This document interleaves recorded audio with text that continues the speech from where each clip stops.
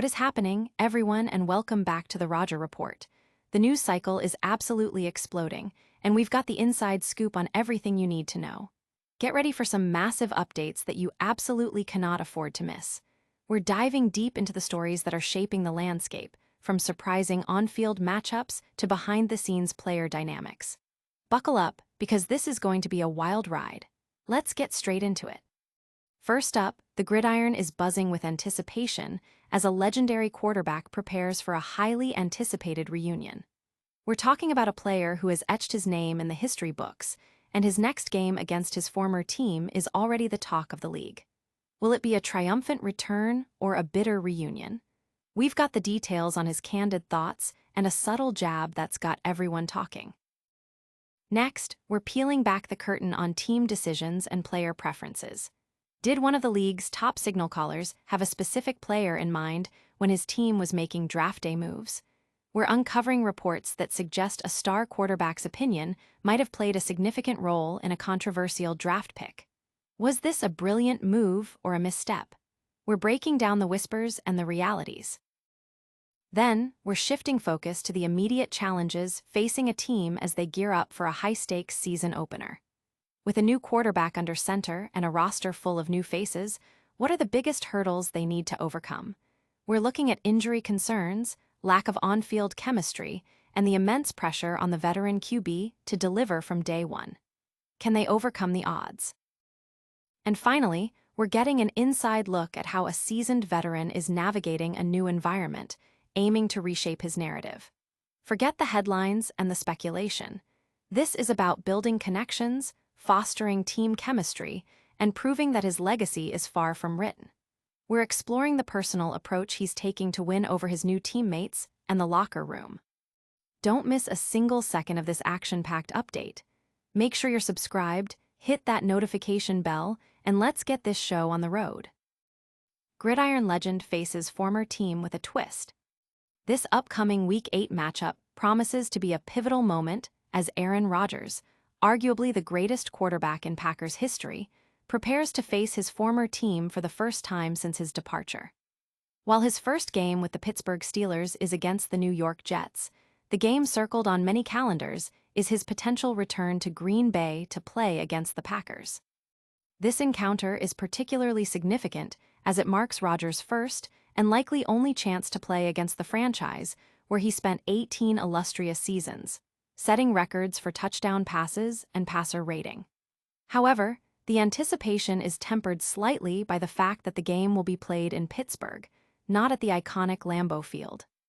Rodgers himself has expressed that while he's looking forward to seeing former coaches and teammates, the atmosphere would have been more electric had the game been hosted in Green Bay. He recalled the energy surrounding Brett Favre's return to Lambeau in 2009 as a member of the Minnesota Vikings, suggesting a similar buzz would have been present for his own potential return. It's a sentiment that highlights the deep connection he shares with the Packers fanbase and the history he made there. Despite this, Rodgers is on the verge of a significant career milestone, becoming only the fifth quarterback to defeat all 32 current NFL franchises. He acknowledges the external energy surrounding this game but maintains a focus on his performance, stating, "It is just another game." However, he also admits, "It'll be fun to beat them, for sure, because I would have beaten every team, and because you're trying to win all your games." This dual perspective underscores his competitive drive, while trying to manage the unique emotional and historical weight of the occasion. When pressed about whether he harbored extra motivation to prove himself against his former coach Matt LaFleur and general manager Brian Gutekunst, Rodgers deflected, attributing such notions to media narratives. He insisted his focus is on playing well every week. Yet, in the same breath, he couldn't resist a subtle jab at the Chicago Bears, a team he historically dominated. His comment, "It might mean more in Chicago or whatever, but at the end of the day, you're trying to play good every single week," clearly indicates that his disdain for the Bears remains as strong as ever. This remark serves as a reminder of his storied rivalry with Chicago, against whom he boasts an impressive record and secured a crucial NFC Championship victory en route to his Super Bowl win. Adding another layer of intrigue, Rodgers will have another opportunity to face the Bears later in the season when the Steelers visit Soldier Field. Public reaction to Rodgers' comments has been a mix of excitement for the upcoming matchups and amusement at his enduring rivalry with the Bears. Analysts point out that his ability to perform against all teams, especially his former rivals, will be a key storyline for his season with the Steelers. Fans are eager to see if he can achieve the 32-team win milestone and how he handles the emotional weight of playing against the Packers. But what if the team's plans didn't align with their star quarterback's preferences? We're about to find out. We're diving into reports about a polarizing receiver who Aaron Rodgers reportedly wanted on his team. Star quarterback's draft wish revealed. The New York Jets recently made headlines by cutting ties with wide receiver Malachi Corley, a third-round draft pick from the previous year whose tenure with the team was short-lived and did not meet expectations. As the dust settles on Corley's departure from the Jets and his subsequent signing with the Cleveland Browns, new details are emerging about the circumstances surrounding his selection, suggesting a significant influence from the team's star quarterback, Aaron Rodgers. According to ESPN's Rich Cimini, a key factor in the Jets' decision to trade up in the 2024 NFL Draft to acquire Corley was the fact that Rodgers had identified him as his favorite receiver in that draft class.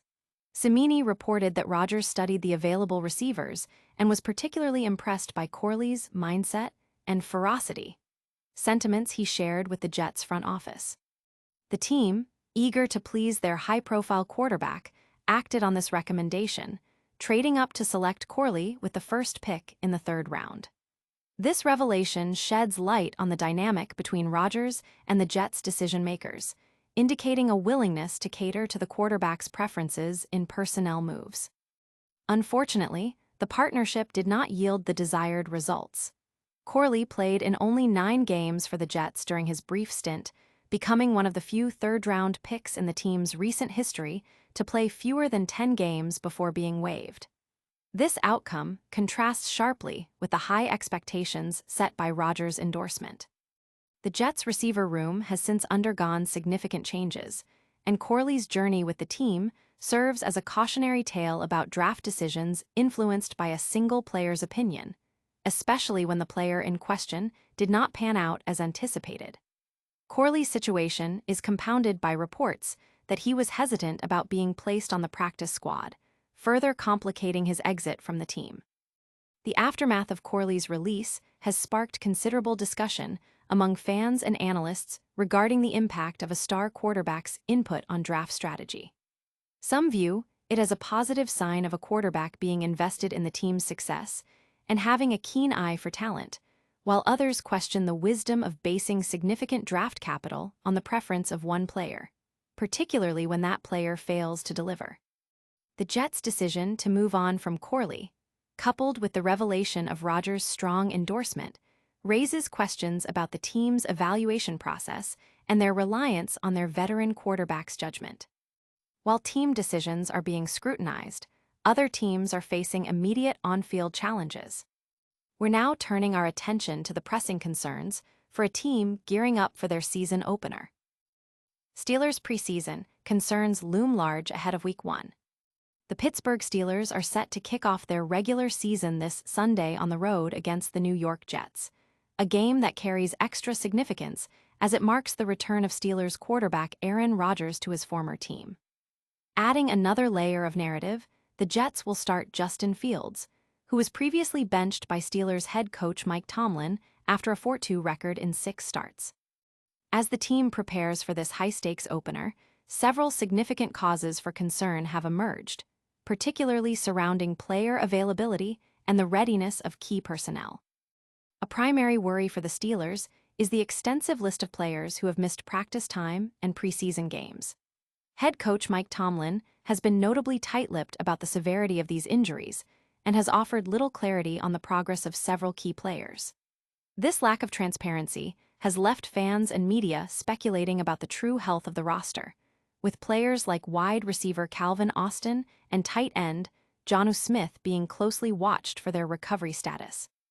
The team's ability to field a healthy and effective lineup against a formidable opponent like the Jets is a major question mark heading into the week. Furthermore, the decision to rest crucial players, including quarterback Aaron Rodgers and edge defender TJ Watt, for the entirety of the preseason has raised eyebrows. While resting veterans can be a strategic move to prevent injury, it also means that Rodgers, at 41 years old and having only joined the Steelers in late June, has had no live game repetitions with his new offensive unit. This lack of on-field chemistry with the numerous new starters on offense is a significant concern. The Steelers are facing an unprecedented amount of turnover, with approximately 10 new starters expected across both offense and defense. This high number of new players, combined with Rodgers' limited preparation time with the team, creates a substantial challenge for immediate success. The question remains whether the team can gel quickly enough to overcome these obstacles and secure a victory in their season opener. Rodgers' adaptation to a new team, new offensive system, and new teammates, all within a condensed timeframe, adds another layer of complexity. His age and the fact that he hasn't played in a competitive game since his departure from the Jets mean that his effectiveness and durability are also under scrutiny. The Steelers' gamble on resting him for the preseason, while understandable from an injury prevention standpoint, could lead to early season rust and performance issues. The team's success this season hinges heavily on Rodgers' ability to quickly integrate and lead the revamped offense, making his preseason absence a critical storyline. The public and media reaction to these concerns has been a mixture of apprehension and cautious optimism. While the talent is undeniable, the lack of cohesion and the injury situation present significant hurdles. Analysts are divided on whether the Steelers can overcome these early challenges, with many pointing to the unprecedented level of roster turnover as a potential impediment to a strong start. But how is the veteran quarterback himself approaching this new chapter and the surrounding noise? We're now going inside the locker room to see how Aaron Rodgers is building connections and reshaping his narrative in Pittsburgh. Rodgers forges new path in Pittsburgh, building connections, reshaping legacy. In the quiet corners of the Pittsburgh Steelers locker room, away from the glare of the public eye and the constant hum of media speculation, Aaron Rodgers is actively engaged in a different kind of game. The NFL's oldest active player, now 41, has embraced a role that goes beyond his storied reputation, focusing on building genuine connections with his new teammates and consciously working to reshape his public persona. Since signing with the Steelers in early June, Rodgers has made a concerted effort to bridge the gap created by his polarizing image and the months of will he or won't he speculation surrounding his return to football. He has urged his teammates to look past the noise, the opinions, the judgments, and the online chatter, and to get to know the person behind the headlines. This approach, described by teammates as humble and refreshing, involves a deliberate effort to engage with players across the roster, regardless of their status. Instead of gravitating towards established stars, Rodgers is seen mingling with rookies, engaging in conversations with offensive linemen, and offering insights to defensive players. Wide receiver Scotty Miller noted Rodgers' desire for a clean slate, acknowledging that people had judgments and opinions on him from past experiences. Rodgers' philosophy, rooted in the credo, "Be curious, not judgmental," extends to his interactions within the team, fostering an environment where everyone feels seen and valued. This is a stark contrast to the image of a player solely focused on his own narrative. Instead, he's demonstrating what quarterback coach Tom Arth calls servant leadership. Rodgers' actions speak volumes about his commitment to the team.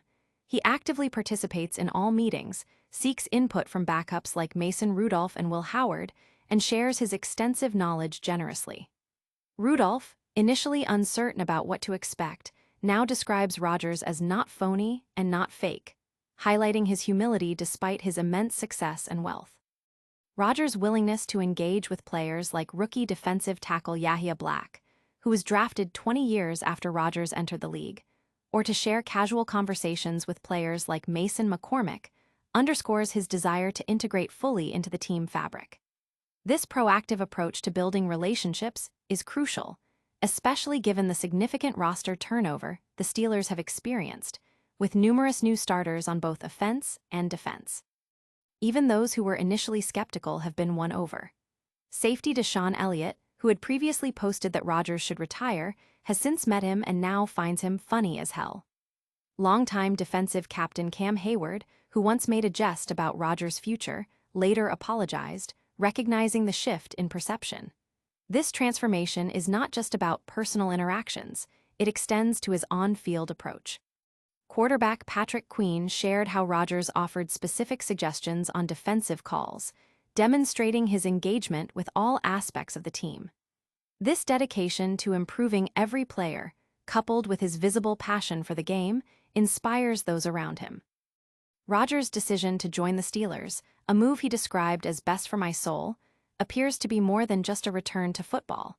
It's an opportunity to craft a more satisfying conclusion to his career than what might have followed his departure from the Jets. While he may not explicitly use the word legacy, his actions in Pittsburgh, his humility, his engagement, and his willingness to lead by example are undoubtedly shaping how he will be remembered.